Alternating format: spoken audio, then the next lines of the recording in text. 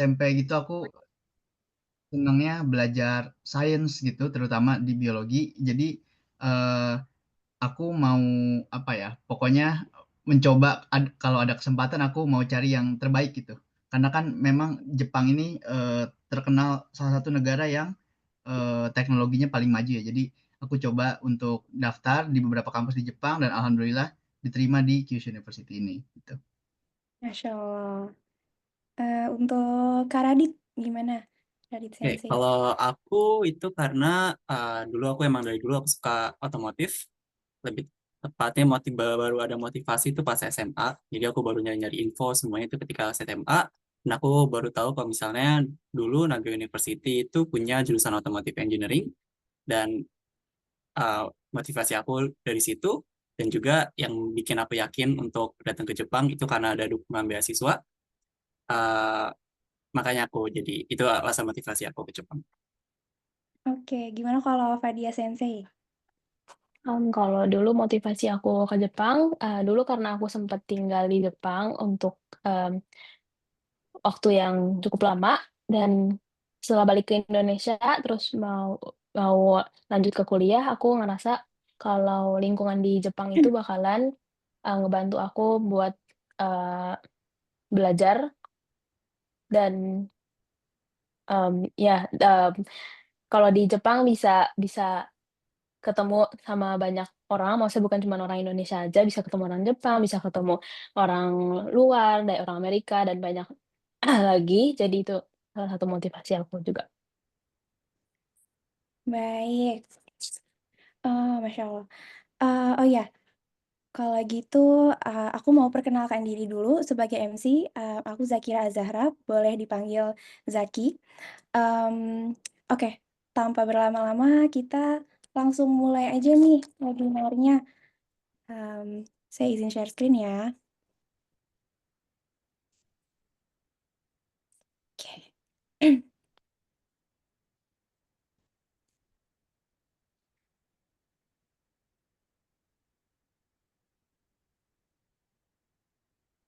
Oke. Em, Baik, Fadia Sensei akan menjelaskan tentang persiapan kuliah di Jepang nih teman-teman untuk membuka acara ini. Silakan. Oke, aku mulai ya materi webinar kali ini. Bismillahirrahmanirrahim. Jadi aku bakalan cerita tentang pengalaman aku daftar ke berbagai kampus di Jepang. Jadi dulu itu aku daftar ke sekitar 5 kampus, dan banyak yang nanya gimana caranya bisa daftar ke banyak kampus dalam sekali waktu gitu. Dan ini aku kasih yang di share screen ini ada file Excel yang dulu aku buat, eee, tapi ini udah tapi ini aku baru buat lagi sih table Excel-nya.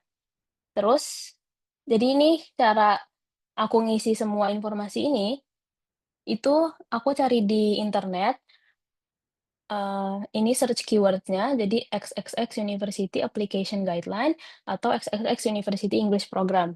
Oh iya, aku juga, belajar di English Program, jadi semuanya itu, diajarin pakai bahasa Inggris.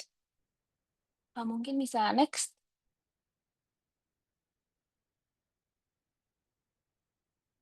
eee, boleh di next slide-nya?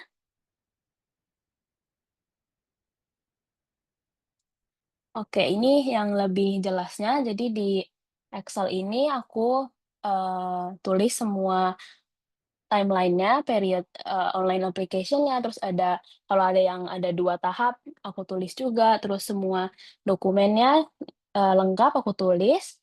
Juga secondary ini maksudnya secondary screening, jadi kalau ada tahap interview atau tahap tambahan aku juga tulis. Terus juga announcement, tanggal pengumumannya.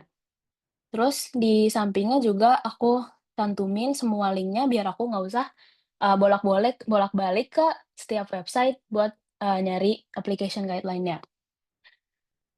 Oke, boleh di next MC?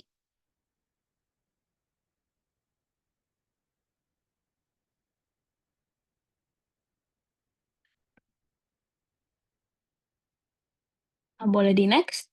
Iya,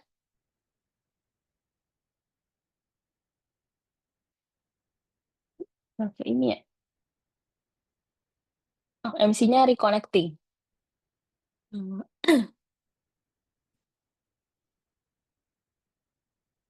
waduh MC-nya ngilang. Oke, oke mungkin aku bakalan jelasin, gimana cara nyari informasi-informasi tadi ya, karena tadinya nggak aku cantumin karena waktunya juga cukup singkat, tapi karena nggak ada share screen-nya mungkin aku bakal jelasin itu. Jadi, karena aku English program, jadi setiap, kampus yang aku mau daftar itu aku cari pakai, keyword yang tadi University, English Program, dan biasanya kalau udah ke bagian application guideline, ya itu bakalan, lengkap apa yang harus disiapin, timeline-nya, terus, biayanya juga, pokoknya semuanya lengkap banget di situ. Dan, eee, ya ini semuanya aku taruh di satu file Excel biar bisa ada gambaran gitu apa yang perlu disiapin dulu, terus, eee kampus mana dulu yang dipersiapin, terus harus ngambil tesnya kapan. Jadi dari ngelihat satu file itu bisa langsung kelihatan semua. Ini ini yang share screen siapa ya? Zaki. Oh ya, boleh di-next? Oke.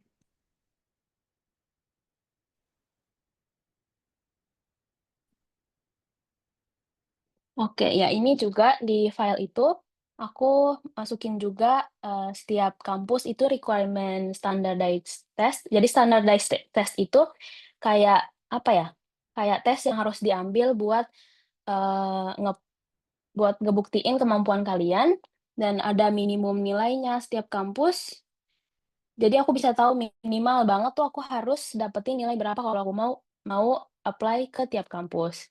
Terus juga English Proficiency Test juga sama, ada IELTS, ada TOEFL, dan ada Duolingo, dan lain-lain. Boleh di-next?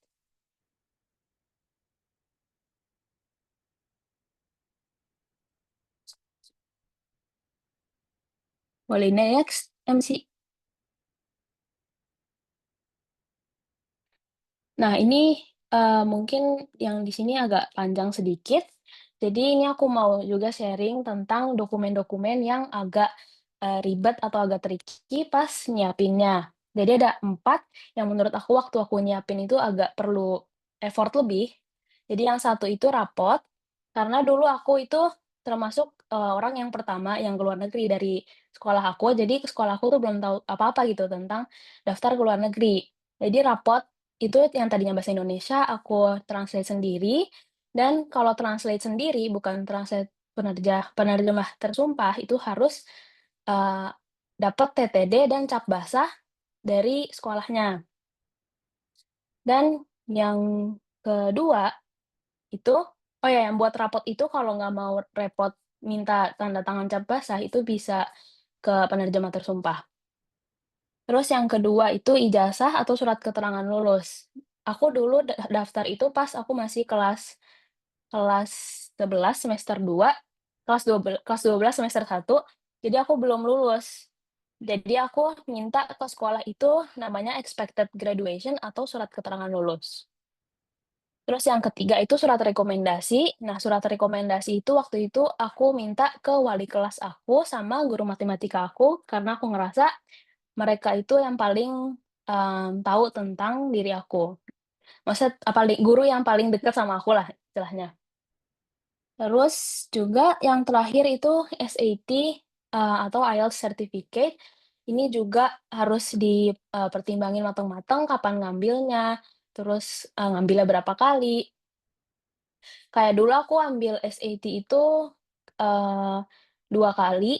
Yang pertama itu, waktu itu aku alhamdulillah dapat kesempatan untuk ambil SAT di awal-awal biar tahu gambarannya, gimana sih soal-soal SAT dan gimana suasananya, gitu.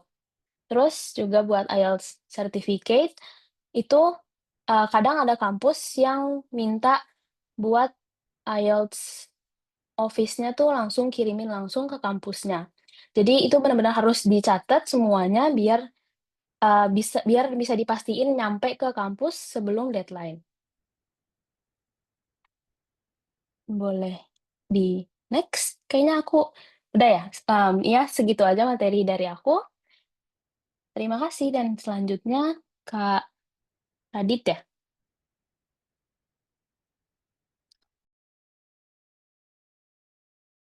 Oke, makasih Didi untuk bicaranya. Sekarang aku masuk ke bagian strategi timeline. Jadi di sini aku akan bagi 2 timeline. Pertama untuk kalian yang lagi kelas 10 semester 2 harusnya dan kelas 11 semester 2. Oke, boleh next slide. Nah, buat kalian yang masih SMP atau baru naik kelas 10 atau mungkin kelas 10 semester 2, kalian ada di posisi yang banyak banget waktu untuk mempersiapkan ini semua. Jadi di timeline ini kita bisa lihat alur persiapan supaya kalian nggak buru-buru atau panik pas sudah mepet. Jadi kita bisa bahas satu-satu. Pertama, kalian harus mencari info karena setiap tahun info dan tanggal pendaftaran itu bisa berbeda-beda. Jadi kalian harus cek setiap tahun, setiap semester apakah tanggalnya masih sama pendaftarannya untuk tiap masing-masing universitas. Karena menurut aku deadline itu penting dan deadline universitas pendaftaran tuh biasanya juga nggak lama. Ada yang 2 minggu, ada yang cuma seminggu doang, ada yang 3 minggu, tergantung universitas masing-masing. Jadi kalian harus tetap mencari info tiap waktu. Nah, kedua itu untuk mempersiapkan IELTS dan TOEFL. Untuk IELTS dan TOEFL, kalian bisa mulai dari kelas 10 atau kelas 11, terserah kamu, tergantung kalian sudah pede atau belum dengan bahasa Inggris kalian. Jadi mungkin TOEFL atau IELTS itu ada reading, writing, listening, sama speaking. Jadi kalian bisa cek, kalian bisa ada banyak resource di internet untuk latihan. Dan dari IELTS sendiri atau dari TOEFL sendiri juga ngasih banyak soal latihan yang bisa kalian coba untuk empat-empatnya. Untuk speaking mungkin kalian bisa coba sama teman kamu atau sama keluarga kalian atau sama guru kalian itu juga bisa. Nah, untuk setelah itu kalian juga harus mempersiapkan tentang standardized test tadi. Itu maksudnya contohnya kayak SAT atau EJU atau A-level. Jadi antara 3 itu biasanya dipakai untuk daftar ke universitas di Jepang. Di sini untuk EJU kalian harus mempersiapkan fisika, matematika, atau enggak, matematika, terus fisika, kimia, biologi, kalian pilih 2 di antara 3 itu. Untuk SAT, kalian hanya perlu mempersiapkan bahasa Inggris dan matematika. Dan A-level, kalian boleh milih 3, sama kayak EJU, matematika, fisika, kimia, biologi, kalian pilih 2 di antara 2 itu. Nah, kalau bisa kalian sudah melaksanakan tesnya dari kelas 11, jadi kalian punya gambaran seperti kayak tadi sebelumnya. Tapi kalau misalnya kalian cuma bisa ngelakuin sekali, itu juga nggak apa-apa. Cukup, aku juga waktu itu cuma ngelakuinnya sekali. Jadi kalian, yang penting kalian udah siap, kalian udah melakukan soal-soal past paper-nya dan lain-lainnya. Jadi kalian bisa melakukan tesnya itu kalau bisa kelas 11. Jadi kalau misalnya nilai kalian tidak memuaskan, kalian bisa coba lagi, masih ada waktu untuk mencoba lagi. Setelah itu untuk mengumpulkan sertifikat. Sertifikat itu maksud aku apa aja, kalian boleh ikut lomba, atau kalian ikut organisasi, atau kalian ikut volunteer. Pokoknya kalian kumpulkan sertifikat sebanyak-banyaknya dari kelas 10.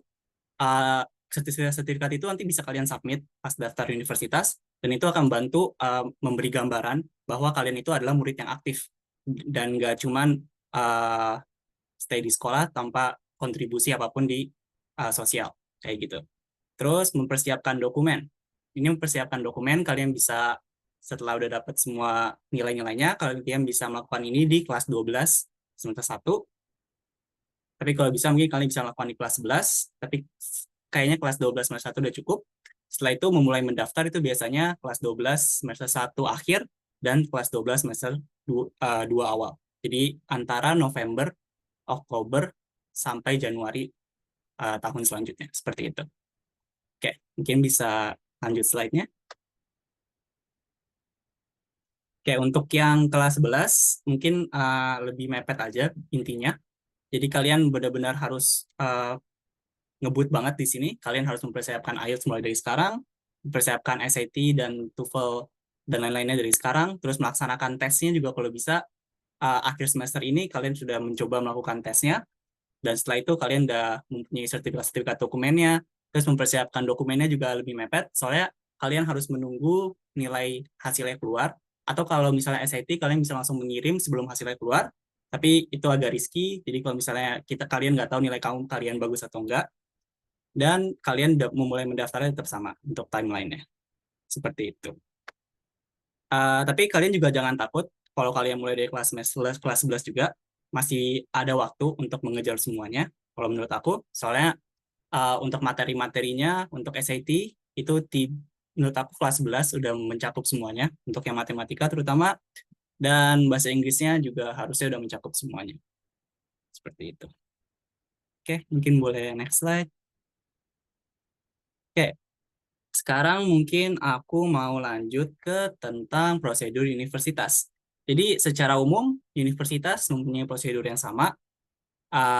Paling bedanya seperti yang dijelaskan tadi sama Didi, kalau misalnya ada requirement yang berbeda-beda tergantung jurusan masing-masing. Jadi yang penting di sini jangan sampai ada prosedur yang terlewat atau kamu lupa mensubmit sesuatu seperti itu. Oke, mungkin boleh next slide. Oke, jadi pertama di sini ada cek website universitas yang kamu mau tuju. Jadi setiap universitas itu mempunyai website admission yang berbeda-beda. Jadi ini penting. Kalian harus cek masing-masing universitas yang kamu mau di mana, dan setelah itu kalian daftar di universitas tersebut. Nah, biasanya setelah itu kalian harus buat akun untuk admission. Mereka punya sistem admission sendiri. Nah, di sini kamu daftar menggunakan email kamu. Setelah itu kamu submit nama kamu, foto kamu, dan lain-lain. Pokoknya informasi tentang kamu. Setelah itu biasanya di sistem ini kalian bisa message atau email admission office-nya untuk nanya-nanya sesuatu tentang dokumen yang dibutuhkan. Atau misalnya kalau misalnya saya dokumen yang kirim tanggal sini apakah tidak apa-apa, biasanya di sistem admission ini. Setelah itu kalian submit dokumen, upload semua dokumen yang diminta, entah itu rapot, sertifikat, esai, dan lain-lain. Tapi harus teliti, jangan sampai ada yang kurang. Dan dokumen-dokumen ini biasanya diminta untuk dalam bentuk bahasa Inggris. Jadi kalau misalnya rapot kamu atau ada sertifikat yang bahasa Indonesia, kalau bisa kamu minta translate ke bahasa Inggris untuk rapot, setelah itu minta stempel dari sekolahnya, supaya itu translate-nya udah terverifikasi kalau itu translate asli dan bukan palsu translate, seperti itu. Setelah itu kamu sudah submit dokumen, kamu menunggu dokumen screening. Ini bagian yang paling deg-degannya, soalnya tim kampus akan periksa semua dokumen kamu, kita tinggal tunggu hasilnya. Kalau misalnya kamu lolos, nanti kalian akan dijadwalkan untuk wawancara dengan admission office atau profesornya. Nah, di sini kalian cukup bisa santai aja nanti pas interview. Yang penting kamu tahu kenapa kamu pilih jurusan itu dan apa motivasi kamu. Dan ada beberapa interview juga yang nanti ditanya tentang soal-soal jurusan kamu. Misalnya kayak waktu itu aku di automotive engineering, di mechanical, aku ditanya tentang soal fisika dan soal matematika. Tapi ini tergantung universitas masing-masing. Ada yang ditanya soal, ada juga yang ditanya cuma tentang motivasi kamu atau jurusan kamu. Motivasi kamu dan kenapa kamu pilih jurusan itu, kayak gitu. Setelah wawancara, kamu tinggal tunggu kabar baik. Nanti biasanya dikirim via email atau via sistem admission itu. Nah, setelah kamu keterima, alhamdulillah misalnya kamu keterima, nanti kamu akan mendapatkan letter of acceptance. Nah, letter of acceptance ini bakal kamu pakai untuk mendaftar visa. Ini penting, dan kalau bisa kamu tetap simpan letter of acceptance ini selain jadi bukti kalau misalnya kamu keterima di universitas tersebut. Nanti kamu bawa LOA ini ke Kedutaan Jepang, isi form, dan tunggu sampai visa kamu keluar. Setelah itu, kalau visa kamu udah jadi, kamu udah siap, dan kamu sudah bisa untuk cari tiket dan siap-siap berangkat. Setelah itu, kamu akan melakukan welcome ceremony di Jepang. Seperti itu kira-kira prosedur pendaftaran universitas di Jepang. Oke, mungkin... Oke, sekarang bagian beasiswa. Oke, mungkin di sini aku bisa jelasin bersama Kak Aska.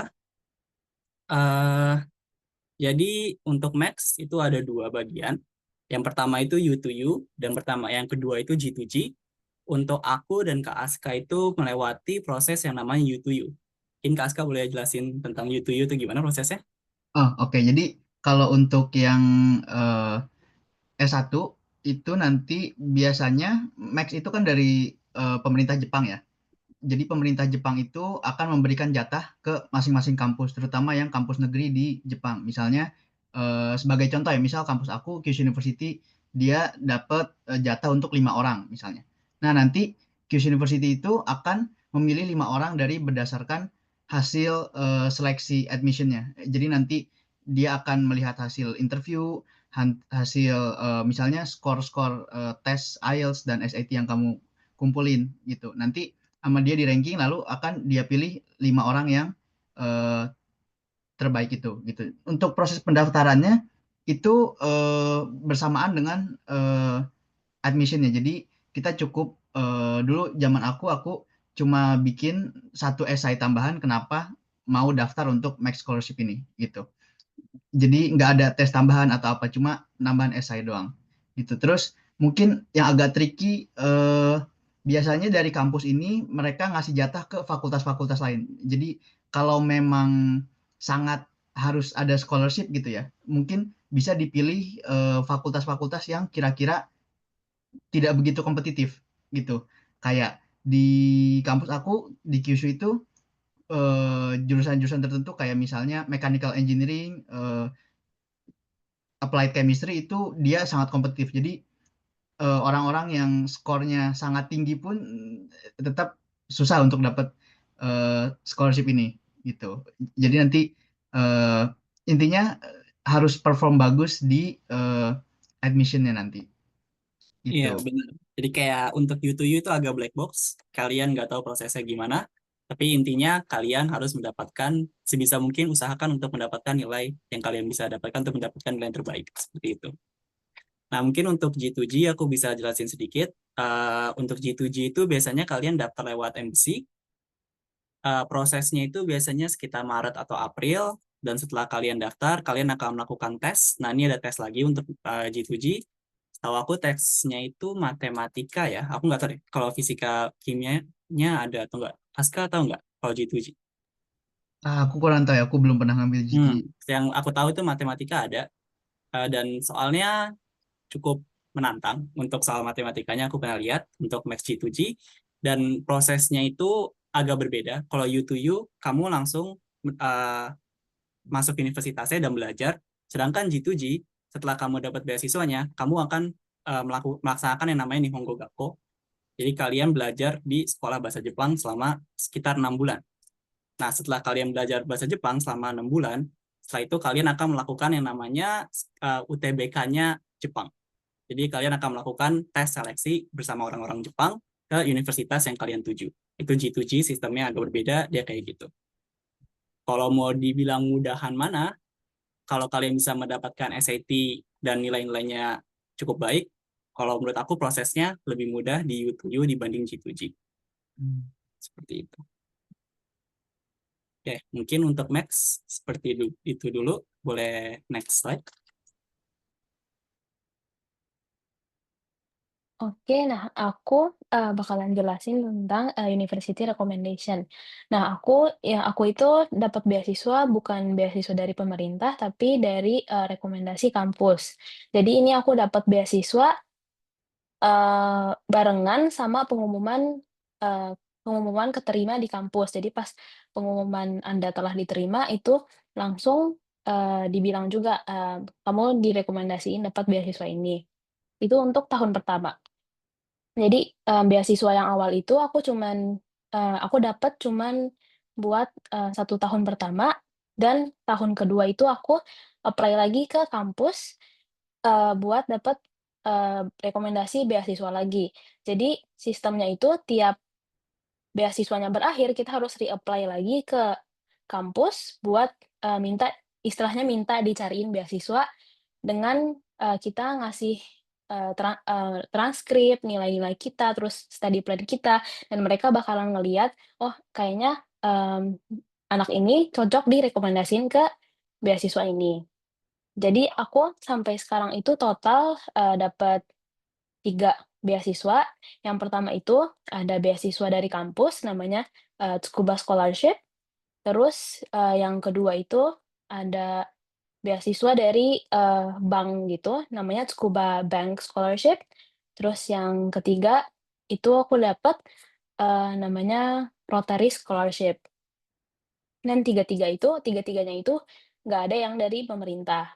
Dan kadang setiap beasiswa itu beda-beda, ada yang minta tambahan interview, terus ada juga yang minta tambahan esai, dan lain-lain. Nah, itu yang tadi aku sebutin itu cuman beasiswa tunjangan, biaya hidup.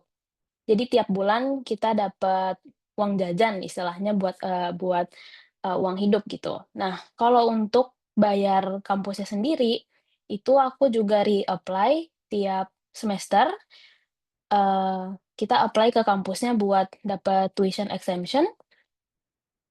Dan ada, 4 jenis tuition exemption, itu ada yang pertama itu ada yang langsung 1 tahun gratis, nggak usah bayar uang kuliah, dan yang kedua itu ada yang 1 semester aja gratis, dan semester keduanya harus reapply.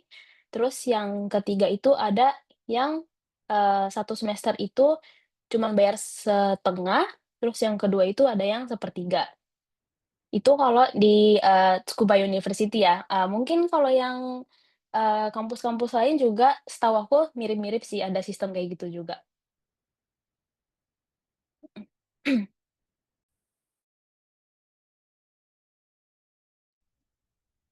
Oke, next, kan tadi udah dijelasin ya panjang sama Kak Radit sama Kak Didi gitu ya. Gimana sih proses pendaftarannya dan sampai berangkat ke Jepang gitu. Nah, sekarang aku bakal jelasin kalau sudah di Jepang nanti sistem belajarnya gimana sih gitu. Boleh di next MC. Oke, jadi secara umum, umumnya di kampus-kampus negeri ya yang jurusan sains itu mereka banyak menyediakan international program. Kita bertiga ini di international program, jadi semuanya itu berbahasa Inggris. Kalian nggak perlu khawatir misalnya, oh nggak bisa bahasa Jepang susah gitu. Itu nggak ada masalah sama sekali. Aku dulu waktu pertama berangkat ke Jepang tuh beneran nol bahasa Jepang, dan kita harus ambil matkul bahasa Jepang yang mereka sediakan dari awal gitu, dari nol mereka ajarin itu. Terus kampus-kampus Jepang ini mereka biasanya fokus di riset untuk di tahun terakhir pendidikan. Jadi kalau S1 kan 4 tahun ya. 3 tahun pertama itu kita akan ambil kelas. Tahun pertama kedua biasanya kelas-kelas yang umum. Kalau nanti tahun ketiga itu mulai kelas-kelas yang sesuai jurusannya. Misalnya jurusannya applied chemistry, nanti akan ngambil banyak kelas-kelas kimia gitu. Nah, di tahun terakhir kita akan masuk ke lab. Nanti di lab itu keseharian kita tuh selama setahun biasanya kelas tuh sudah selesai semua. Jadi nanti mungkin tinggal 1 atau 2. Jadi kita tiap hari itu ke lab aja. Misalnya diskusi dengan sensei, ngerjain eksperimen gitu-gitu. Untuk liburnya lumayan banyak ya. Liburnya biasanya itu tiap semester tuh kurang lebih 1,5 sampai 2 bulan. Jadi kalau misalnya mau jalan-jalan atau pulang ke Indonesia itu bisa banget nanti pas libur itu. Untuk mulai semesternya itu di Oktober untuk yang international program, dan ada juga misalnya tertarik, oh saya mau belajar bahasa Jepang dulu terus daftar yang program bahasa Jepang. Itu nanti semesternya akan mulai di April. Tuh. Boleh next? Oke, ini aku kasih contoh program engineering di Kyushu University. Jadi yang tadi aku bilang 1 tahun, sorry, tahun pertama, tahun kedua itu disebutnya di sini ya di Kyushu University itu Kikan Education. Itu Kikan tuh artinya bahasa Jepang foundation ya.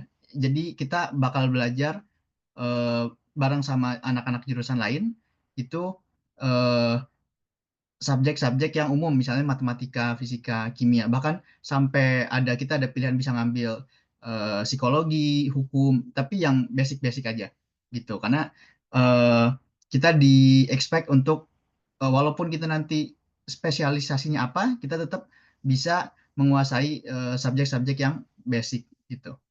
Baru nanti di tahun ketiga kita masuk sesuai jurusan, lalu tahun keempat kita masuk ke lab masing-masing gitu. Boleh di next? Oke. eh ini contoh jurusan yang ada di Kyushu University juga, tapi yang Faculty of Agriculture, yang jurusan aku. Itu Faculty of Agriculture ini sangat luas ya. Jadi kita nanti saat daftar itu judulnya Bioresource and Bioenvironment, Faculty of Agriculture. Nanti saat tahun keempat itu kita bisa milih labnya itu beragam banget, mulai dari food science, kehutanan, terus bisa juga yang mikrobiologi gitu, bahkan sampai ada kalau di Indonesia mungkin sebutnya teknik pertanian ya. Kita bikin-bikin drone, bikin-bikin traktor gitu, itu di satu fakultas yang sama. Nanti bisa pilih di tahun keempat. Itu. Boleh di next. Nah, ini aku coba perkenalkan sedikit ya. Riset aku sekarang ngerjain apa sih? Aku dari S1 itu ngerjain namanya infection mechanism of bacteriophage. Jadi bacteriophage ini dia virus mirip kayak dulu kan kita ada pandemi coronavirus ya. Nah, ini dia virus tapi dia untuk dia hanya membunuh bakteri ya gitu. Jadi aku sekarang lagi neliti tentang gimana sih mekanismenya si virus ini bisa eh, menginfeksi dan membunuh bakteri ya gitu. Jadi di sini yang aku kerjain sekarang adalah eh, aku belajar tentang protein production, aku bikin protein di dalam bakteri gitu. Terus juga ada rekayasa genetik ya, genetic engineering. Itu buat yang nanti tertarik di biologi gitu ya, kira-kira eh, selevel inilah risetnya gitu. Next. Nah, nanti kalau misalnya risetnya tuh gimana sih? Biasanya tuh riset itu kita bisa milih lab di antara tahun keempat atau tahun ketiga semester 2. Nanti sistemnya kita memilih lab yang kita suka. Eh, Nanti kita misalnya pilih eh, labnya misalnya Profesor Tanaka misalnya gitu. Nah nanti kita akan selama 1 tahun terakhir itu kita akan berada di bawah bimbingannya Profesor Tanaka itu. Eh, Kapan kita ke lab, kapan kita eksperimen tuh akan ikut aturan labnya Tanaka Sensei itu gitu. Nah di sana itu nanti kita bisa seperti di Indonesia ya bisa mengajukan topik sendiri. Oh misalnya saya mau meneliti ini gitu. Atau bisa juga biasanya profesor itu punya project yang sudah berjalan. Misalnya eh, kakak kelas di lab itu yang sudah lulus mengerjakan project apa gitu. Nah nanti dia minta kamu untuk melanjutkan. Itu juga bisa kayak gitu. Jadi ada kebebasan ya di sana sesuai hasil diskusi dengan profesornya nanti. Itu. Nah, sistemnya adalah kita lumayan dibebaskan ya, misalnya mau mau apa eh, mengerjakan eksperimennya gimana, pakai alat-alat di lab itu. Yang penting kita akan harus laporan. Misalnya kalau di lab aku itu aku setiap 2 minggu sekali itu ketemu sama profesornya, terus kayak laporan, oh saya 2 minggu ini ngerjain ini, hasilnya ini, eh, atau kalaupun misalnya gagal gitu, karena kan namanya eksperimen kita akan banyak gagal ya. Gagalnya ini gara-gara apa? Misalnya penyebabnya kira-kira gara-gara ini gitu. Nanti dari profesor akan memberikan advice. Juga ada sebulan sekali kita presentasi sama eh, di depan anggota lab yang lain itu kita presentasi terus kayak ngejelasin oh riset kita tuh sekarang progres sampai sini gitu. Nanti bisa anggota lab lain bisa bertanya ngasih input gitu. Jadi budaya diskusinya tuh sangat bagus lah untuk kita penelitian. Nah terakhir ada juga ini apa academic conference. Jadi kita ada kesempatan untuk ikut academic conference baik di dalam maupun di luar Jepang.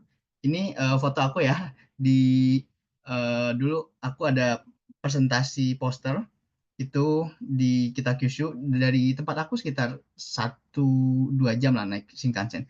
Itu aku ke sana di conference itu ketemu sama ya researcher-researcher lain, terus aku jelasin riset aku tuh tentang apa. Aku juga bisa lihat penelitian orang lain tuh tentang apa sih. Aku bisa ngobrol sama mereka kalau misalnya tertarik bahkan misalnya tukeran kontak gitu untuk ke depannya gitu. Terus karena nanti kita tuh di tahun terakhir masuk di lab ya, itu kita akan dekat sama teman-teman lab kita gitu. Jadi mungkin ada acara jalan-jalan. Ini foto yang bawah itu aku sama teman-teman lab aku ya sama profesornya itu kita jalan-jalan bareng ke eh, ada kayak apa ya fasilitas kampus kita bisa nginep terus eh, bisa ya pokoknya kita nginep di sana terus naik mobil bareng-bareng jalan-jalan gitu nanti asik juga sih kita banyak teman baru gitu.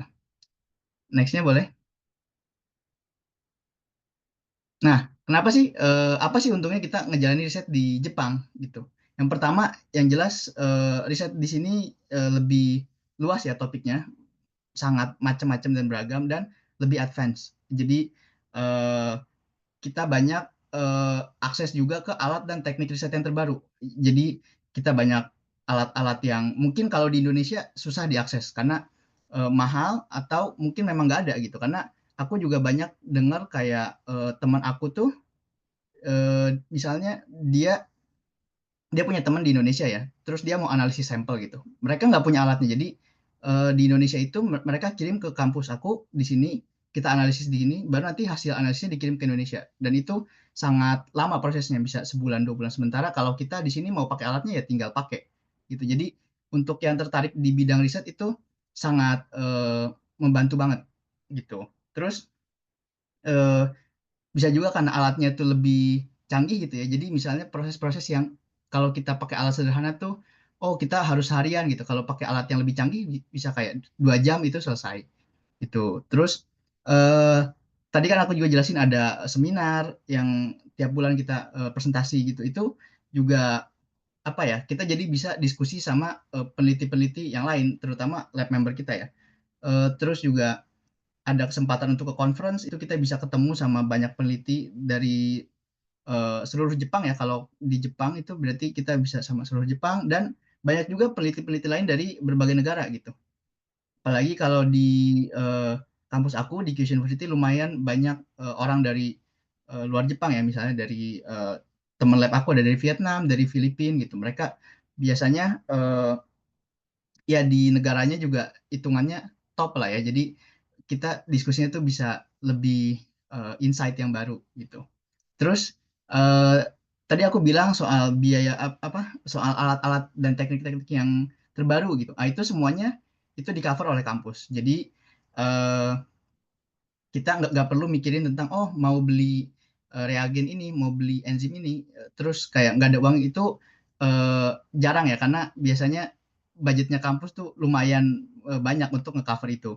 Itu karena kalau aku dengar cerita di Indonesia temen aku mau penelitian tuh mereka harus ngeluarin uang sendiri kalau misalnya nggak di cover sama kampus gitu. Dan kalau di sini tuh kita udah nggak usah mikirin itu. Jadi pokoknya kita datang ngerjain eksperimen itu. Kita nggak usah mikir biaya.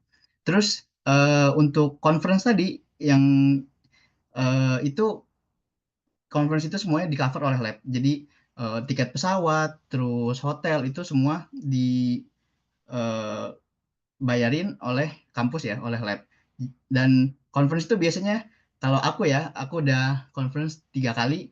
Yang ini foto-foto aku conference di Aomori itu ujung Jepang bagian utara itu aku di sana conference 3 hari dan hari terakhirnya itu karena conference sudah selesai gitu ya, aku bisa jalan-jalan dulu sama teman-teman. Jadi itu salah satu keuntungan ya kalau misalnya kalian mau sambil riset sambil oh mau jalan-jalan gratis juga bisa banget kalau di sini gitu.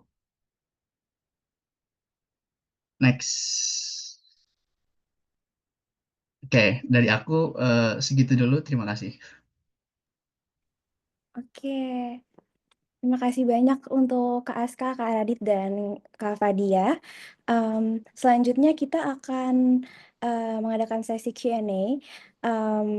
Akan ada akan ada tamu juga pembicara Kak Farah yang juga lagi S1 di Jepang. Kak Farah ini dulunya kuliah di Indonesia di UGM Fakultas Arsitektur, lalu mendapatkan beasiswa Max G2G di Osaka Information and Computer College. Lalu beliau extend S1 tahun ketiga ke Seian University Art and Design. Nah, nanti kita akan ketemu Kak Farah ya teman-teman, tapi sebelumnya kita akan mengadakan sesi dokumentasi dulu nih. Jadi untuk teman-teman yang bisa dan mau on cam boleh on cam ya teman-teman. Oh iya, untuk teman-teman yang merasa oke, nanti akan dibacakan pertanyaan yang masuk di Zoom juga ya. Untuk teman-teman yang merasa Zoom-nya ini terlalu cepat pembahasannya, nggak usah khawatir, soalnya akan kita share di YouTube Zoom ini. Akan kita upload dan juga PPT-nya akan kita share di grup peserta. Juga Excel sheets yang tadi Fadia Sensei bahas juga akan kami share. Jadi nggak usah khawatir teman-teman kalau merasa tertinggal. Oke, apakah ada yang mau on cam lagi untuk sesi dokumentasi? Oke, kalau kami tunggu ya.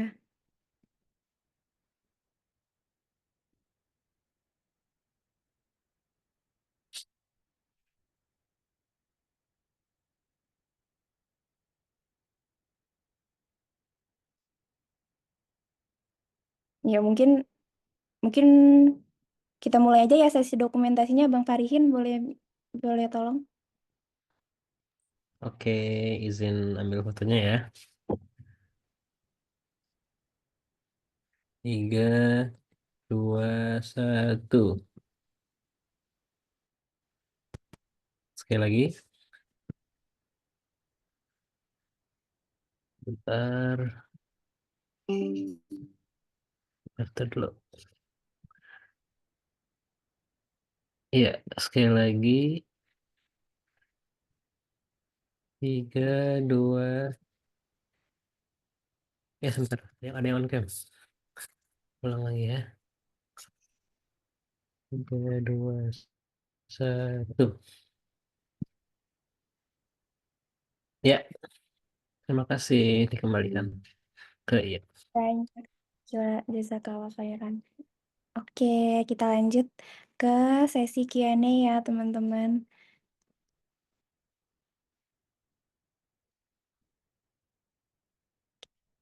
Untuk Kak Farah, boleh perkenalkan diri atau bisa on mic sekarang Kak Farah?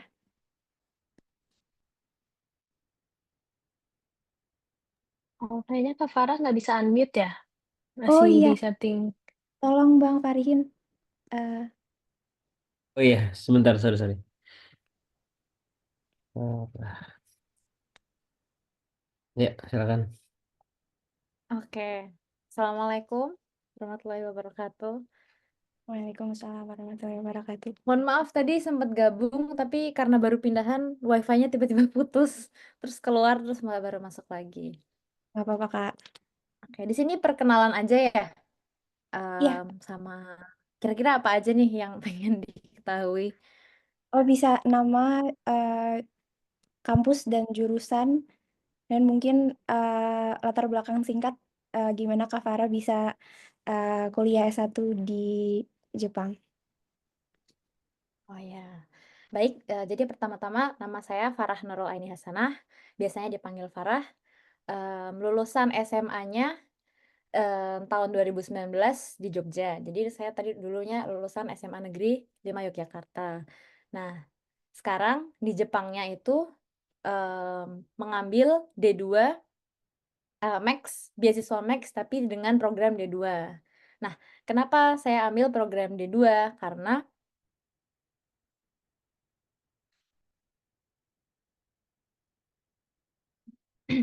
em, sebelumnya saya sebenarnya di sini sebagai S1, lulusannya S1 Sarjana di Seian University Art and Design, tapi pertama-tama saya tidak langsung mendaftar sebagai S1, tapi saya daftar dulu D2, lalu lanjut S1 tahun ketiga. Gitu. Jadi kalau di Jepang itu kita ketika lulusannya diploma D2 atau D3, kita bisa langsung lanjut ke S1 tahun ketiga. Jadi S1-nya 4 tahun, D2-nya 2 tahun, S1-nya 2 tahun. Seperti itu. Kenapa saya pilih D2 juga? Karena di beasiswa Max itu kalau mau langsung mendaftar S1 itu hanya beberapa jurusan saja seperti jurusan bisnis, jurusan bahasa Jepang dan lain-lain. Tetapi kalau kita memilihnya program D2 itu lebih banyak jurusan yang bisa kita pilih. Contohnya misalnya saya ambil jurusan desain grafis, teman saya ada yang jurusan elektro, bahkan teman saya ada yang fashion design, bahkan sampai jurusan pastry, makanan Jepang gitu. Nah, untuk beberapa jurusan ada yang bisa lanjut ke S1 tahun ketiga, tapi ada juga yang memang udah jurusan-jurusan yang mengerucut yang memang diharuskan langsung kerja gitu. Contohnya saya karena ada kampus yang mau menerima S1 tahun ketiga jurusan desain grafis, saya lanjut S1, tapi teman saya yang jurusan pastry, lulusan memasak makanan Jepang itu akhirnya dia memutuskan untuk langsung kerja. Gitu. Jadi buat teman-teman, mau kuliah di Jepang itu nggak langsung langsung S1, S2, tapi misalnya mau mendaftar yang diploma, D2, D3 itu juga bisa banget, tergantung jurusan yang teman-teman minati.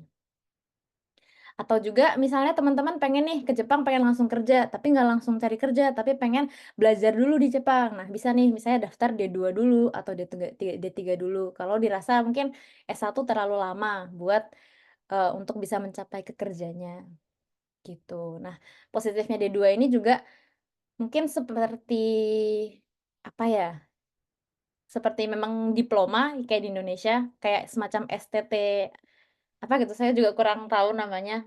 Cuman karena banyaknya jurusan, bahkan ada juga D2 yang dia jurusan persalonan, D2 jurusan, perhotelan dan lain yang langsung mengerucut untuk, ke arah kerja, gitu. Baik, Mungkin terima kasih banyak Kak Farah. Salam ya. kenal ya Kak. Ya, salam kenal. Oke, kami masuk ke sesi Q&A ya. Udah banyak pertanyaan yang masuk lewat Google Form juga, jadi akan saya bacakan. Yang pertama itu topiknya tentang beasiswa. Em, Oke, ini pertanyaannya. Jika ingin ke Jepang mendaftar beasiswa atau universitas dulu, lalu bagaimana jika kita mendaftar beasiswa setelah sudah sampai di Jepang? Apakah lebih mudah atau justru lebih sulit? Mungkin dari Kak Aska bisa menjawab. Oke, ini pertanyaan yang sangat penting nih ya. Jadi kalau beasiswa itu banyaknya untuk S1 ya itu sebelum berangkat ke Jepang biasanya sudah punya beasiswa. Itu kayak tadi misalnya contohnya aku sama Kak Radit kan dari Max ya itu pengumumannya berbarengan dengan pengumuman penerimaan kampus gitu. Tadi juga dari university recommendation kayak Kak Didi itu kan dia juga bersamaan dengan uh, pengumuman kampus gitu ya. Nah, tapi apakah bisa kalau misalnya kita udah masuk ke Jepang terus udah gitu nyari scholarship itu bisa juga karena uh, tadi ya kayak contohnya yang Kak Didi itu kan Kak Didi saat pertama tuh cuma 1 tahun kan. Jadi setelah 1 tahun itu selesai harus mencari eh, beasiswa lagi gitu. Nah itu eh, bisa juga seperti itu. Dan kalau aku juga kan S2 itu aku tahun pertama nggak ada beasiswa. Terus tahun kedua baru dapat beasiswa lagi gitu. Cuma kalau yang aku amati ya, yang pengalaman aku pribadi, biasanya mereka meminta kita bisa berbahasa Jepang. Jadi pendaftaran, essay, dan interviewnya itu mereka biasanya minta untuk menggunakan bahasa Jepang. Jadi kalau memang pede dengan bahasa Jepangnya, kesempatannya sangat banyak karena eh, dari foundation dan company yang mau ngasih itu banyak gitu. Boleh mungkin dari Kak Didi eh, lanjutkan lebih detailnya. Oke, iya, iya, bener banget yang, kayak kata Kak Aska, biasanya kalau yang university recommendation itu, kalau ada sertifikat kemampuan bahasa Jepang itu, peluangnya jauh lebih tinggi. Contohnya aku beasiswa yang terakhir kali itu, aku ngumpulin, ke kampus itu sertifikat JLPT N2. Tapi nggak wajib sih, tapi itu opsional aja, dan waktu itu, ada tahap interview juga. Jadi kayak tahap tambahan mereka minta aku interview dan itu interviewnya itu opsional juga, pakai bahasa Inggris boleh, pakai bahasa Jepang juga boleh. Tapi ya, teman-teman aku yang keterima juga semuanya rata-rata sedikit-sedikit, jawab pertanyaannya pakai bahasa Inggris dan bahasa Jepang. Jadi ya, menurut aku kalau lebih sulit atau lebih gampang, aku kurang bisa bandingin sih, tapi menurut aku juga kalau yang dari University Recommendation, itu kalau punya kemampuan bahasa Jepang, peluangnya lumayan besar. Baik, semoga menjawab ya dari Kak Didi dan Kak Aska. Untuk pertanyaan selanjutnya nih tentang jurusan atau fakultas. Kampus nasional apa saja di Jepang yang memiliki jurusan top computer science dan Electrical Engineering. Dan juga beasiswa apa saja dan program pendidikan S1 yang terbuka untuk sosum? Boleh dijawab nih. Oke, mungkin aku bisa jawab. Jadi, mungkin aku bisa kasih beberapa universitas yang punya jurusan Computer Science dan Electrical Engineering.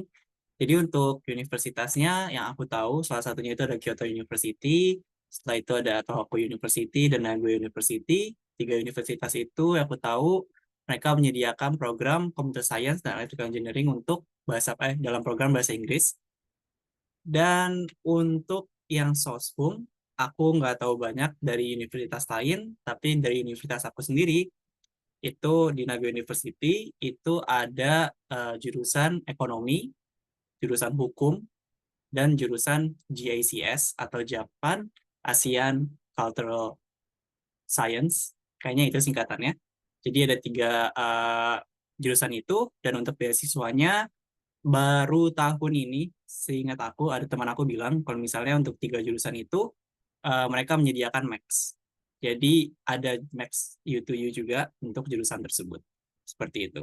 Tapi untuk beasiswa lain-lainnya juga ada. Kalau misalnya ada beasiswa yang namanya G30, teman aku juga ada yang dapat itu beasiswa University Recommendation, kayak Didi. Dan paling juga ada beasiswa-beasiswa lainnya dari perusahaan-perusahaan swasta kalau kamu udah masuk. Seperti itu.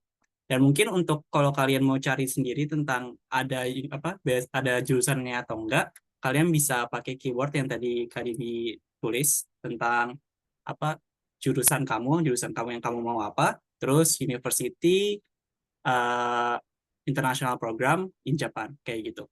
Jadi intinya kalau misalnya kamu mau masuk program bahasa Inggris, kamu tinggal tambahin aja international program in Japan, terus jurusannya, seperti itu. Itu keywordnya biasanya. Mungkin Maaf, ya. mau nambahin dikit ya. Oke, boleh. Kalau untuk yang soshum itu di Kyushu University mereka ada program kalau nggak salah namanya Integrated Science. Itu jadi dia jurusan yang umum. Kita di tahun pertama kedua itu belajar beneran semuanya. Nanti di tahun ketiga keempat itu kita bisa milih penjurusan ke hampir semua fakultas. Jadi teman aku tuh ada yang dia dari Integrated Science itu dia tahun ketiganya ada yang masuk ke arah geologi, ada yang ke marine biology, ada juga yang dia lebih ke social science-nya, ada yang tentang politik gitu, ada juga yang dia lebih ke arah policy gitu. Itu sangat terbuka. Jadi mungkin itu menarik untuk yang nyari social science di kampus negeri Jepang gitu. Aku juga mau nambahin yang tentang soshum. Di Tsukuba University juga ada yang kayak gitu mirip-mirip, cuman bedanya ini dia belajar semua tentang social science. Jadi nama programnya itu International School of Social Science, dan dia sampai tahun kedua tuh belajarnya luas gitu, baru pas tahun ketiga bisa mengerucut mau pilih ekonomi, ada yang pilih psikologi, ada yang pilih politik, dan lain-lain. Terus aku juga punya temen dia di jurusan bisnis, dan dia itu katanya kampusnya itu salah satu top kampus di bidang sosum, itu namanya Hitotsubashi University. Mungkin itu bisa jadi informasi tambahan. Baik, terima kasih banyak. Semoga menjawab ya. Selanjutnya saya akan membacakan pertanyaan yang masuk lewat chat Zoom nih. Terima kasih banyak atas antusiasmenya. Pertanyaan terkait Max untuk Kak Aska dan Kak Radit. Pertama, apakah alurnya untuk U2U mendapat beasiswa dulu baru mendapat LOA atau berbarengan?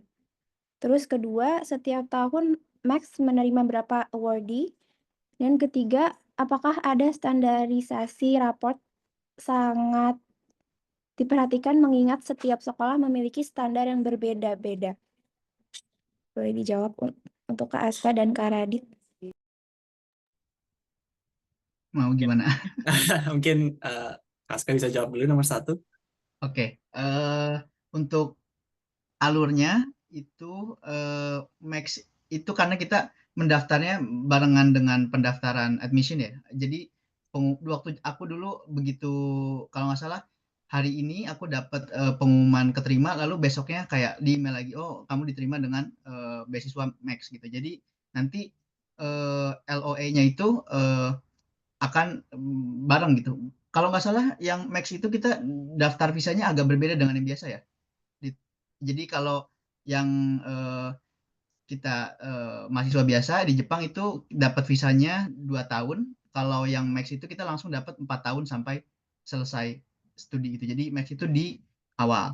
Terus tiap tahun Max menerima berapa awardee. Sebenarnya kita juga kurang tahu ya, karena ini beneran kampus yang mendapat jatah dari pemerintah Jepang, dan pembagian di dalam kampusnya tuh kita nggak tahu gitu, dan bisa berubah tiap tahun. Tapi referensi zaman aku itu dulu yang di Fakultas Agriculture itu sekitar 10 orang, yang dapat beasiswa Max itu 2 orang. Jadi dan yang selain itu juga dapat beasiswa dari seperti Kak Fadia tadi ya, apa, beasiswa dari Kyushu University gitu. Kalau nggak salah 3 orang. Jadi total dari 10 orang tuh 5 orangnya dapat scholarship gitu. Kalau Kak Radit gimana? Oh, sorry, ada nomor 3 juga ya? Standarisasi rapot yang diperhatikan. Aku kurang tahu ya, Kak. Kebetulan sekolah aku agak pelit ya ngasih nilai rapot. Jadi rata-rata rapot itu nggak salah cuma 8,6 gitu. Jadi makanya mereka tuh sebenarnya pakai patokannya di standardized testnya itu, yang SAT, IELTS, atau bisa juga ngambil ACT gitu ya. Makanya mungkin rapot aku juga kurang tahu detailnya gimana, tapi mungkin lebih ke arah bukti kalau kita tuh beneran ikut pembelajaran dengan baik gitu. Tapi untuk dia menseleksi mungkin lebih melihat ke standardized testnya, karena kan standardized ya, semuanya sama gitu. Mau menambahkan Kak Radit? Ah, nggak ada sih. Tadi yang LOA mungkin aku agak sedikit beda nomor 1. Kalau aku tuh waktu aku keterima Nago University, setelah itu aku dapat email kalau misalnya aku dapat berkesempatan untuk mendapatkan Max. Jadi aku belum pasti dapat, di situ dibilangnya. Terus setelah itu baru aku pas Agustus benar-benar pengumuman aku lolos Nago University atau enggak. Di situ enggak, aku udah ketahuan dulu nih aku dapat lolos Nago University itu sekitar Juli. Nah, habis itu dibilang kalau misalnya aku direkomend untuk dapat beasiswa Mercy to You, dan dibilang kalau misalnya pengumumannya itu Agustus. Nah, di situ aku baru dapat pengumuman kalau aku dapat Max. Jadi kalau aku agak beda timelinenya, tapi intinya sama. Pas sudah masuk, kita udah dapat beasiswanya seperti itu. Baik, itu dia jawabannya, semoga menjawab ya. Untuk selanjutnya ada dari Kak Ihsan. Tadi sempat raise hand ya, Kak Ihsan, tapi sudah private chat juga sih, jadi saya bacakan dulu ya, Kak. Untuk Kak Aska, maaf Kak, mau tanya, untuk pendaftaran Kyushu University dilihat dari rapot semester berapa saja ya, Kak? Saya pernah dengar mereka membuka pendaftaran di bulan Desember ya, Kak. Kalau di bulan segitu, apa saya sudah minta surat keterangan lulus dari sekolah? Terima kasih. Oke, sama-sama. Jadi untuk dulu aku itu daftar pakai rapot dari semester 1 sampai semester 5, karena semester 6 kan waktu itu belum selesai ya. Pokoknya ya yang saat itu ada di translate terus dikirim gitu. Pendaftaran di Desember, ya Kak, dia buka di Desember sampai Januari kalau nggak salah. Eh, jadi nanti itu untuk keterangan lulus, kita minta dari sekolah itu bukan keterangan lulus tapi expected graduation. Jadi kita minta ke sekolah keterangan kalau kita akan lulus pada bulan dan tahun sekian gitu. Jadi nanti mungkin itu kalau sekolahnya belum terbiasa agak rumit ya, harus menjelaskan ke gurunya gimana. Tapi biasanya kalau misalnya sekolahnya nggak ngerti itu, bisa kita yang bikin formatnya, terus nanti sekolah tinggal tanda tangan, atau itu lebih ke didiskusikan dengan gurunya. Itu gimana? Udah menjawab belum? Semoga menjawab ya, insya Allah. Lanjut ke pertanyaan dari Kak Aisyah Mutmainah. Izin bertanya Kak, nomor 1, lebih besar peluang diterima beasiswa dari pemerintah atau swasta? Terus kedua, apakah pendaftaran beasiswa U2U itu bersamaan dengan pendaftaran Max Embassy? Terus ketiga, untuk Tsukuba University mencari beasiswa awal berarti kita daftar dulu ke kampusnya. Terima kasih, Kak. Mungkin nomor 1 bisa siapa aja yang jawab? Kak Farah, Kak Radit, Kak Aska, Kak Fadia. Gimana nih? Lebih besar peluang diterima beasiswa dari pemerintah atau swasta? Kalau menurut kakak-kakak. Lebih besar peluang. eh nggak nggak bisa nggak bisa dibilang pasti lebih besar di mana ya. Tapi kalau biasanya soalnya beasiswa swasta itu biasanya pertama kamu harus dapat rekomendasi dari universitas juga. Nah, itu biasanya dari nilai kamu juga. Jadi nilai universitas kamu selama kamu di kuliah, nilai kamu tuh bagaimana?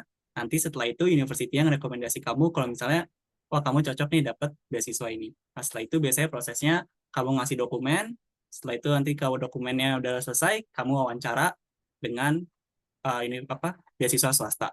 Nah, ini biasanya di sini kamu harus pakai bahasa Jepang. Jadi pada umumnya beasiswa swasta di Jepang itu kamu harus bisa wawancara dalam bahasa Jepang seperti itu. Sedangkan untuk beasiswa negeri atau beasiswa dari Max, kalau U2U kamu nggak perlu bahasa Jepang, G2G juga kamu nggak perlu bahasa Jepang, tapi kamu akan harus melakukan Nihongo Gakko seperti itu atau sekolah bahasa Jepang. Jadi kalau mau dibilang gampangan mana, dua-duanya ada sulitnya. Jadi coba aja dua-duanya. Kalau pengalaman aku pribadi sih, beasiswa swasta itu banyak ya, dan jumlah beasiswa juga macam-macam. Biasanya semakin besar ya makin susah gitu. Jadi harus berstrategi juga kira-kira kita tuh bisa masuk yang mana gitu. Karena kalau di kampus aku itu beasiswa yang perlu rekomendasi kampus kita cuma bisa daftar satu. Jadi kalau misalnya ada 2 beasiswa yang bersamaan buka gitu, kita cuma bisa daftar satu, nunggu yang satu ini ditolak atau diterima, baru bisa daftar yang selanjutnya, gitu kalau di kampus aku. Dan kalau aku pengalaman pribadi, bahasa Jepang aku kan ya, eee, gitu-gitu aja lah ya, itu cukup berat sih untuk, lumayan jadi penghalang untuk nyari, beasiswa swasta. Jadi kalau memang pede di bahasa Jepangnya menurut aku sih kesempatannya banyak ya. Jadi, eee, sangat boleh dicoba banget untuk yang swasta gitu. Oke. Semoga terjawab ya yang pertama, pertanyaan nomor 1. Nomor 2 itu, apakah pendaftaran beasiswa U2U itu bersamaan dengan pendaftaran Max Embassy? Gimana? Dari Kak Aska atau dari Kak Radit? Ini terkait beasiswa U2U dan Untuk U2U sama G2G beda. Kalau G2G itu terpisah, benar-benar terpisah. G2G itu sekitar April. Jadi pendaftaran itu biasanya kamu daftar mulai dari April. Seingat aku, mungkin Kak Farah lebih tahu banyak tentang G2G prosesnya gimana. Sedangkan kalau U2U itu pendaftarannya bersamaan dengan pendaftaran universitas. Jadi sekitar September sampai Februari, di sekitar itu. Jadi untuk G2U kamu daftar bersama universitas, sedangkan G2G kamu daftar terpisah dengan langsung ke embassy-nya. Kayak gitu. Mungkin Kak Farah bisa jelasin lebih banyak tentang G2G. Ya, kalau G2G itu nanti hitungannya rivalnya ya se-Indonesia itu. Jadi daftarnya waktu itu aku daftar setelah waktu itu untuk pendaftaran G2G butuh nilai UN ya, walaupun sekarang pakainya rapot. Jadi begitu nilai UN udah keluar, langsung daftar serentak, terus berkas, setelah berkas, jadi dari pendaftaran sampai berkas itu kurang lebih satu bulan. Nah, tapi setelah pengumuman berkas itu langsung ujian tulis gitu. Jadi itu langsung se-Indonesia tuh kita ngelakuin ujian tulis, ujian wawancaranya juga serentak. Jadi kalau misalnya U2U tuh nanti hitungannya rivalnya beda beda lagi ya, yang sesama yang di Jepang yang mau daftar ke kampus itu. Apa gimana ya, aku kurang tahu yang G2U, tapi kalau G2G ya memang yang se-Indonesia itu hitungannya rivalnya.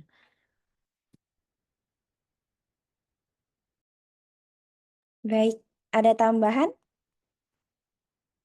Kalau nggak ada, kita lanjut ke pertanyaan ketiga ya. Ini mungkin spesifik untuk Kak Fadia. Untuk Tsukuba University mencari beasiswa awal berarti kita daftar dulu ke kampusnya. Terima kasih, Kak. Oke, sama-sama. Iya betul, ini daftar ke kampusnya, nanti, pas ada kayak application form gitu, nanti di situ ada pertanyaan, apakah kamu ingin sekalian apply beasiswa, itu nanti kita checklist, nanti itu otomatis langsung masuk ke seleksi beasiswa, gitu. Baik, semoga menjawab ya. Lanjut ke pertanyaan selanjutnya, dari Kak Fahri nih.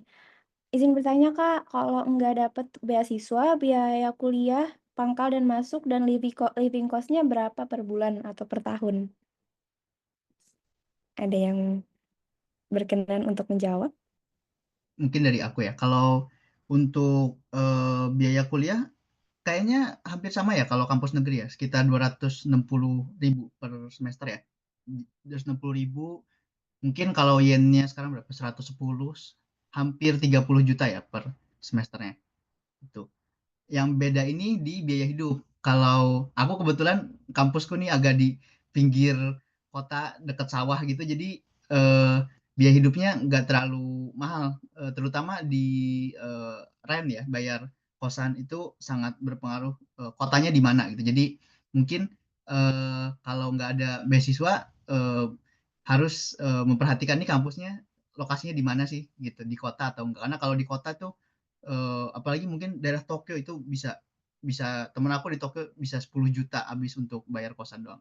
Jadi sangat berbeda. Kalau aku mungkin, karena aku tinggal sendiri, eee, itu sekitar 100.000 yen atau 10-11 juta per bulan gitu. Kalau tinggal bareng-bareng share house sama temen itu mungkin bisa turun sekitar 80.000 gitu sebulan. Dari Kak Radit, Kak Fadia mau menambahkan? Eh, Mungkin sekitar sama ya. Tadi berapa kata Kak Haska? Aku sekitar 100. Oke, iya. Aku juga sekitar segitu. Jadi kalau aku sendiri, aku di Nagoya, eh, apartemen aku sekitar 30.000 atau ya per bulannya sekitar 30.000. Mungkin 100, tapi kamu itu untuk kalau di kota aku itu untuk biaya hidup, tapi untuk membayar SPP mungkin harus ditambah sedikit per bulannya. Jadi 280 bagi aja 6 berapa, setelah itu kamu tambahin ke 100-nya itu kalau aku segitu. Boleh nambahin sedikit? Oh, iya. Tapi, jadi waktu itu aku sempet tinggal di Osaka juga. Nah, tadi pas dengar Kak Radit di Nagoya 3 mang itu 30.000 itu murah banget, soalnya di Osaka kalau mau yang layak itu kayak 50.000 gitu. Nah, tapi juga selagi kuliah itu bisa disambi part-time juga. Contohnya waktu itu aku sempet part-time di Uniqlo, per jamnya 1.000 gitu. Itu kan lumayan ya, sebulan part-time itu bisa nutup buat buat biaya kos sendiri. Jadi memang harus pinter-pinter cari waktu untuk part-time dan juga kuliah. Ya, mungkin tambahin dikit lagi juga, sama jangan lupa ada tuition exemption. Jadi kalian bisa daftar untuk tuition exemption, entah kalian dapat 50% atau 100%, itu bakal bantu banget supaya kalian nggak perlu bayar SPP-nya, kayak gitu. Ya, kalau di kampus aku biasanya semakin banyak kita part-time gitu ya, itu biasanya kampusnya akan kasihan gitu. Jadi biasanya ngasih, potongannya semakin besar gitu. Mungkin dari Kak Fadia ini mau jawab juga? Kalau untuk aku mungkin sekitar sama juga ya 100.000 per bulan biaya hidupnya, tapi, di kampus aku sendiri itu banyak, apa ya, jenis asrama. Jenis asramanya biayanya tuh, macem-macem, ada yang 19.000 per bulan atau kayak sekitar 2 juta per bulan, terus ada juga yang 30.000, ada yang 3 juta per bulan dan, menurut aku tuh itu semua harga-harga asrama, terus harga-harga living cost itu semuanya, eee, tertera gitu di website kampusnya. Jadi itu bisa jadi pertimbangan kalian juga sebelum daftar bisa cari-cari info living cost atau asrama di, website kampus tersebut. Baik. Pertanyaan kedua masih dari Kak Fahri. Kalau dapat beasiswa, IPK-nya apakah harus tinggi atau konstan terus? Siapa yang? Mungkin aku bisa jawab buat yang dapat max itu kalau nggak salah kalian harus mempertahankan IPK 3 dari 4 ya? Atau Eh, berapa ya? 2,7 dari 3 2,7 dari 3. 2,7 dari 3 ya? Iya, 2,7 dari 3. Jadi kalian harus mempertahankan IPK itu eh pada umumnya sih biasanya jarang ya ada kasus yang nggak max-nya dicabut, tapi tetap ada, cuman jarang banget biasanya.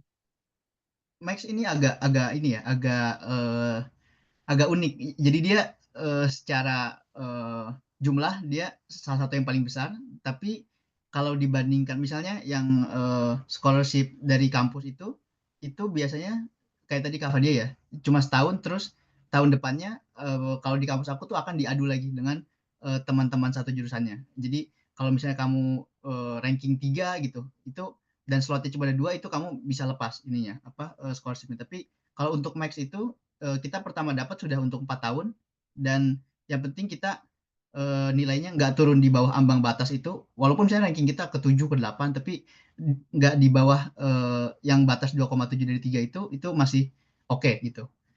Jarang sekali dicabut. Jadi udah paling paling enak lah kalau udah dapat max itu. Tuh. Mungkin mau nambahin lagi Kak Fadia mungkin. Eh, Tadi pertanyaannya apa ya?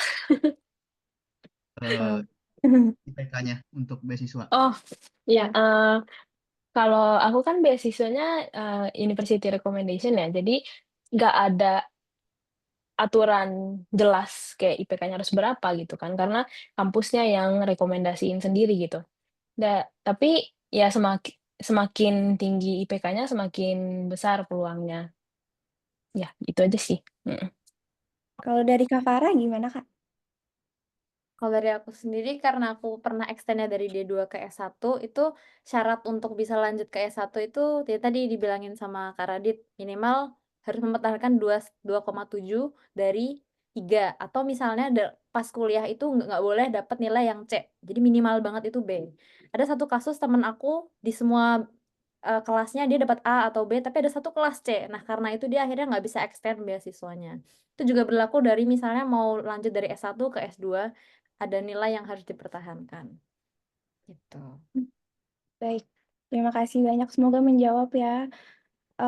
Selanjutnya dari Kak Iris. Kakak mohon info jika punya IB 38 dan JLPT N1 bisa apply kemana karena Kyoto, Osaka, Nagoya sudah ditolak.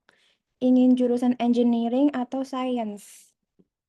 Apakah ada yang berkenan untuk menjawab?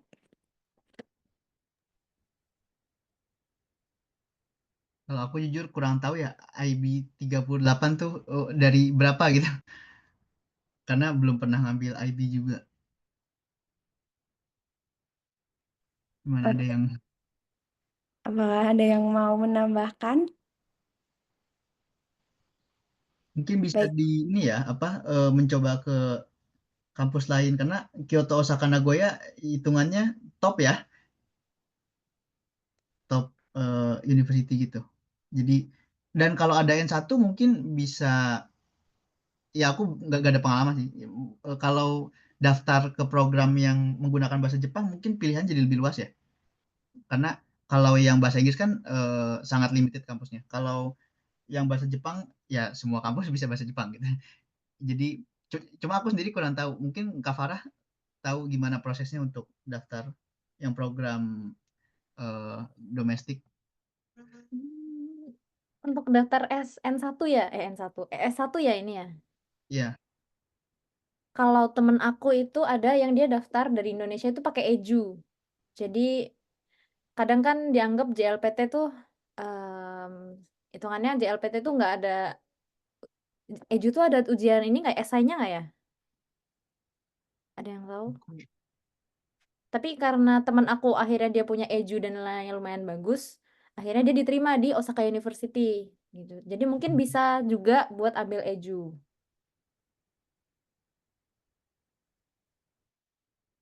baik, itu dia. Semoga menjawab ya, Kak Iris. Untuk pertanyaan selanjutnya, misal kita daftar Universitas Tsukuba saat kita mengisi formulir pendaftaran, apakah ada pilihan mau daftar beasiswa Max juga atau inisiatif kita sendiri yang memberikan tambahan esai untuk meminta beasiswa Max? Misalkan daftar kuliah di Tsukuba yang berbahasa Inggris jurusan Japan Expert Program. Bisa dijawab, Ah, Kak Fadi? Oke. Oke, iya. Tadi itu aku lupa jelasin. Jadi kalau University of Tsukuba tuh agak agak beda sama universitas lain. Jadi dia tuh nggak semua fakultas ada pilihan beasiswa Max. Contohnya fakultas aku itu dia nggak termasuk list fakultas yang bisa dapat rekomendasi ke Max. Tapi kalau engineeringnya sama ada namanya Global Issues itu dia dapat slot buat beasiswa Max. Nah, kalau Japan Expert ini aku juga kurang tahu karena dia agak beda ranahnya sama aku. Tapi bisa dicek lagi di websitenya atau biar lebih jelas juga bisa langsung email ke kampus mereka. Pasti ada ya kontak information-nya dan bisa langsung tanya ke situ tentang beasiswa Max. Baik, semoga menjawab ya. Ini kita masih ada 9 menit lagi, 8 menit lagi. Jadi mungkin 1 atau 2 pertanyaan lagi ya. Dari Kak Rara nih, kalau gap year akan ngaruh untuk daftar nggak? Kalau Sebenarnya Tunggu. kurang tahu juga ya, maksudnya proses pendaftaran kan nggak ada yang tahu pasti gimana, ya orang-orang kantor gitu yang tahu. Tapi teman-teman aku beberapa ada yang mungkin bukan gap year, jadi dia udah di kampus di Indonesia setahun, bahkan ada yang udah 2 tahun di FK swasta, aku lupa di mana. Terus dia daftar ke Jepang dan dapat gitu. Jadi mungkin ya kalau hasil tes standar tesnya bagus dan mungkin di essay juga bisa menjelaskan apa waktu gap year tuh bisa melakukan apa gitu, apa improvementnya gitu, mungkin bisa bisa diterima juga gitu. Kalau ini beneran beneran kita beneran nggak tahu gitu apa yang mempengaruhi itu apa gitu gitu. Ada yang mau nambahin? Mau nambahin sedikit, jadi pengalaman ada teman seangkatanku juga yang di Indonesia, dia yang D2 ini dia gap year. Ada yang kasusnya dia udah gap year, ada juga yang kasusnya dia udah ambil S1 di Indonesia. Jadi udah ambil S1 di Indonesia, akhirnya daftar D2 lagi ke ke Jepang lewat Max D2. Ada juga yang udah S1 di Indonesia udah lulus, akhirnya dia daftar S1 lagi Gakubu di Jepang juga ada. Jadi kayaknya dia mau sebelumnya udah kuliah, mau gap year, atau udah lulus kuliah pun kayaknya nggak ngaruh. Selama visi misinya dia ke depan selama di Jepang dia mau ngapain itu jelas. Hmm. baik, semoga menjawab ya, Kak Rara. Untuk pertanyaan selanjutnya dari Kak Sultanul Aulia. Kak, izin bertanya untuk nilai yang 86 itu rata-rata per semester atau keseluruhan semester? Ini buat Kak Aska ya berarti? Oke, tadi aku nyebarin nilai aku.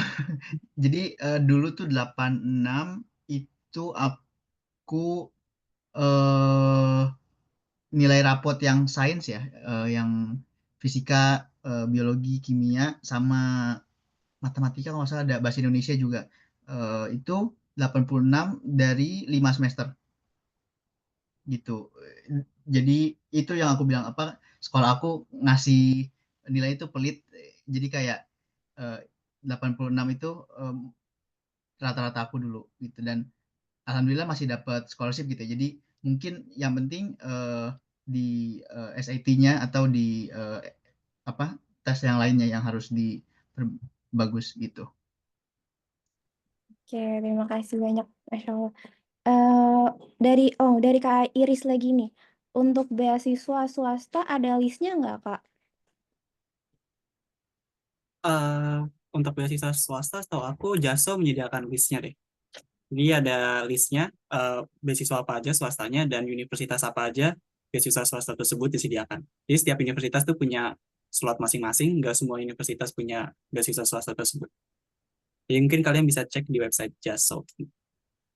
Kalau Baik. menambahkan untuk di Kyushu University di aku itu kampus punya ada scholarship portal gitu. Jadi dia apa? Karena semua pendaftar scholarship hampir semua daftarnya lewat kampus. Jadi dia ada timetable-nya gitu. Scholarship apa udah buka sampai tanggal berapa gitu itu lengkap gitu. Mungkin di kampus masing-masing nanti juga bisa dicek gitu. Baik. Lanjut ke pertanyaan selanjutnya ya. Mohon maaf ini kalau agak cepat karena waktu kita tinggal 4 menit. Dari Kak Aisyah Mutmainah. Proses pendaftaran internasional program, cara daftarnya gimana? Apa harus menghubungi profesornya dulu? Mungkin aku bisa jawab, untuk S1 sih nggak perlu menghubungi profesornya. Kalau S2 harus, S1 enggak. Baik. Lanjut ya. Pertanyaan dari Kak Ihsan. Maaf Kak, tanya lagi untuk pendaftaran Kyushu University. Dulu kakaknya pakai sertifikat apa saja Kak? IELTS, SAT, ICT, etc. Oke. Kalau aku dulu, karena aku jurusan biologi ya, aku dulu tes SAT subject test ngambil math level 2, chemistry sama biology. Untuk bahasa Inggrisnya pakai IELTS. Cuma SAT subject test, aku kurang tahu. Kalau nggak salah sempat dihapus ya. Iya, sudah tidak ada sekarang. SAT subject test sudah nggak ada. Jadi sekarang SAT cuma ada yang reasoning aja. Mungkin kalau yang jurusan sains perlu tambahan tes yang sainsnya ya, kayak harus A-level atau ACT gitu. Kurang kurang tahu juga. Setahu aku sih harus harus ACT ya atau A-level gitu. Jadi SAT yang sekarang kan SAT reasoning itu cuma kemampuan ini ya, kemampuan membaca ya, kemampuan literasi sama matematika dasar. Jadi mereka nggak ngetes untuk knowledge di sainsnya gitu. Baik, mungkin semoga terjawab ya teman-teman semua pertanyaannya. Masih ada satu lagi, udah dijawab. Alhamdulillah. Kak Radit juga tadi udah kirim linknya di chat Zoom ya untuk info study in Japan.